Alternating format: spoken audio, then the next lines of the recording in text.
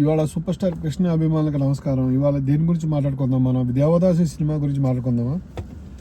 మనకి Alluri Sitaramaraju cinema release అయిన తర్వాత కృష్ణ గారు చాలా సినిమాలు ఫ్లాప్ కొడతారు అని కొంతమంది ఇండస్ట్రీ పెద్దలు చెప్పారు. ఎందుకంటే అల్లూరి సీతారామరాజు చూసిన తర్వాత వేరే క్యారెక్టర్లో కృష్ణని చూడలేమని వాళ్ళు అనుకున్నారు.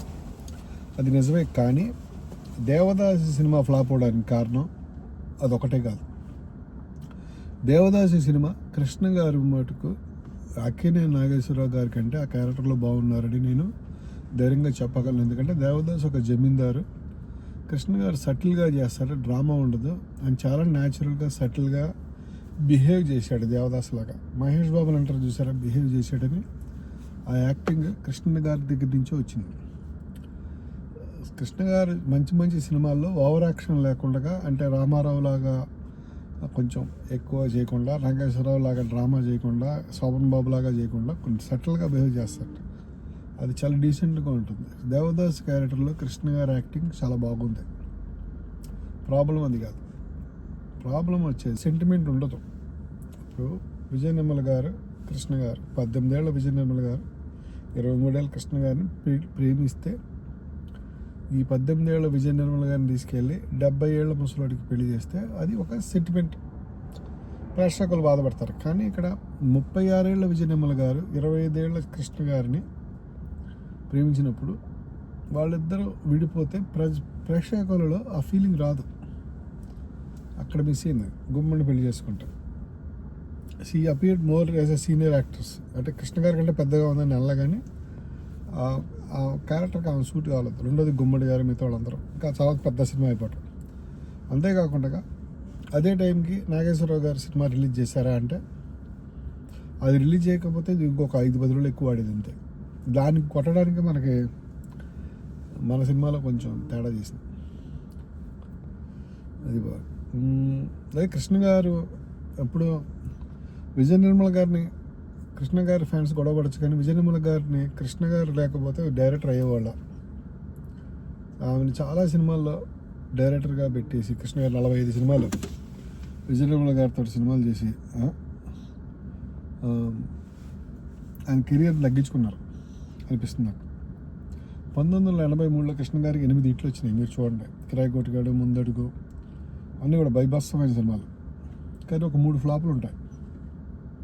అందులో ఒకటి లంక బిందులు, విజయ నిర్మల గారి డైరెక్షన్. ఇంకోటి బెజవాడ బెబ్బులి. ఆ తర్వాత 3 ఏదేదో ఉంది. సో అక్కడ విజయ నిర్మల గారు టచ్ చేస్తే ఫ్లాప్ అయిపోయింది. సూపర్ స్టార్ ఇమేజ్ ఉన్న వ్యక్తికి ఒక కిరాయి కోటికాడు, ముందడుగు లాంటి సినిమాలు చేసి దూసుకెళ్ళిపోతున్న వ్యక్తికి ఒక స్పీడ్ బ్రేకర్ లాగా ఉపయోగపడింది. విజయ నిర్మల గారి సినిమాల్లో కృష్ణ ఫ్లాప్ అవడమే కాదు, ఒక ఇమేజ్ ఒకటి బిల్డ్ చేసుకున్నది. ఏమవుద్దంటే ఆ ఇమేజ్ పడిపోతుంది. ఇప్పుడు రాఘవేంద్రరావు గారు కృష్ణతో సినిమాలు తీస్తే డ్యాన్సు, ఫైటు అన్నీ పర్ఫెక్ట్గా తీస్తారు. కెమెరా యాంగిల్స్ బాగుంటాయి, హీరోయిజం ఎలివేట్ అవుతుంది.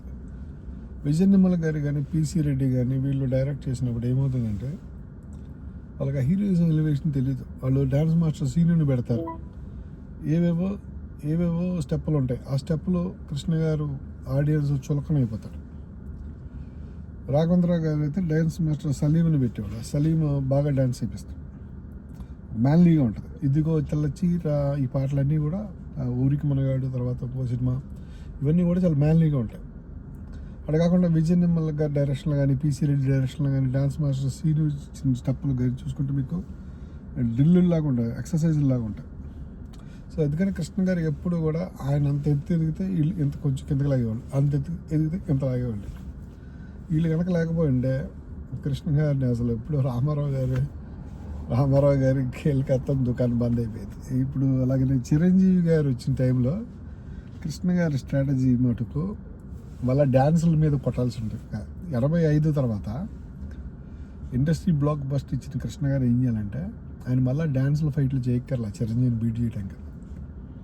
ఆయన నెమ్మదిగా చిరంజీవి ఇండస్ట్రీలోకి వచ్చాడు కదా, కృష్ణ గారు ఏం చేయాలంటే, అప్పటికే కృష్ణ గారు అంటే ఆంధ్రప్రదేశ్ అంతా షేక్, అందరూ థియేటర్కి వెళ్ళి సినిమాలు చూసేవాళ్ళు. అంత క్రేజ్ ఉన్న కృష్ణ గారు 85లో చిరంజీవి గారు రాగానే స్లో అయ్యి, సరే డ్యాన్స్లు, ఫైట్లు నువ్వు చూసుకో, నాకు ఏదైతే ప్లస్ పాయింట్ దాని మీదే చేస్తాను, ఇది which is dialogue, large than life character. ఇప్పుడు కృష్ణ గారి సినిమాలు ఇదిగో, అదే, అగ్నిపర్వతం లాంటి పాటలు చిరంజీవి గారు చేయలేరు, అవి చిరంజీవి గారి మీద వర్కౌట్ అవ్వవు.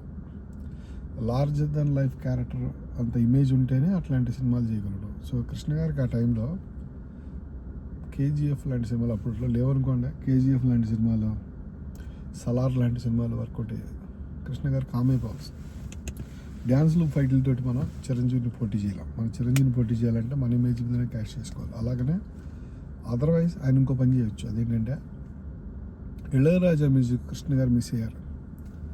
ఇళయరాజా మ్యూజిక్ పెట్టుకుంటే పాట బాగుంటుంది, విజువల్స్ బాగుంటాయి, కృష్ణ గారు చేసే స్టెప్లే చేస్తారు, పెద్ద పెద్ద బ్రేక్ డ్యాన్సులు చేయగలేదు. పాటలు హిట్ అవుతే కొత్త అభిమానులు ఏర్పడేవాళ్ళు. కృష్ణ గారు చిరంజీవి చక్రవర్తి డైరెక్షన్లోనే కంటిన్యూ చేశారు. ఆ పాటలు జనాలకు నచ్చేవి కదా, ఆ విషయం కృష్ణ గారికి చేరలేదు. ఆ విషయం 87, 88 ఇవన్నీ కూడా రాజకోటి మ్యూజిక్ బాగానే ఉంది, కానీ చక్రవర్తి డైరెక్షన్లో వచ్చిన సార్వభౌముడు ఇవన్నీ కూడా ఆ పాటలు జనాలకి, ముగ్గురు కొడుకుల పాటలు కూడా పెద్ద పాటలే కాదు, చుట్టానికి బాగుంటాయి, కానీ చక్రవర్తి కాకుండా ఇళయరాజా అయితే ఇంకా బాగుంటుంది. సో అదనమాట కృష్ణ గారి స్టోరీ.